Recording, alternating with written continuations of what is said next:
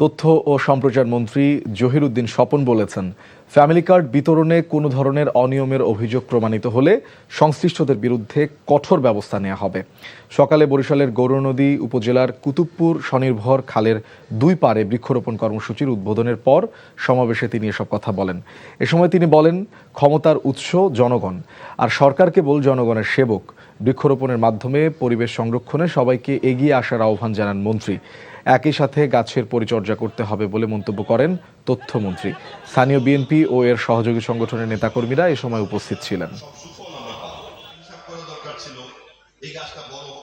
যেখানে যেখানে বৃক্ষরোপণ হবে, বিশেষ করে বরিশাল 1 আসনে, আমি নিজে কিন্তু প্রত্যেকটা জায়গায় আবার পরিদর্শন করবো যে পরিচর্যাটা ঠিক মতো হচ্ছে কিনা। যদি দায়িত্ব নিয়ে থাকেন তাহলে এই গাছ নিজে নিজে বড় হবে ততটুকু পর্যন্ত দায়িত্ব কিন্তু রোপণকারীকে নিতে হবে।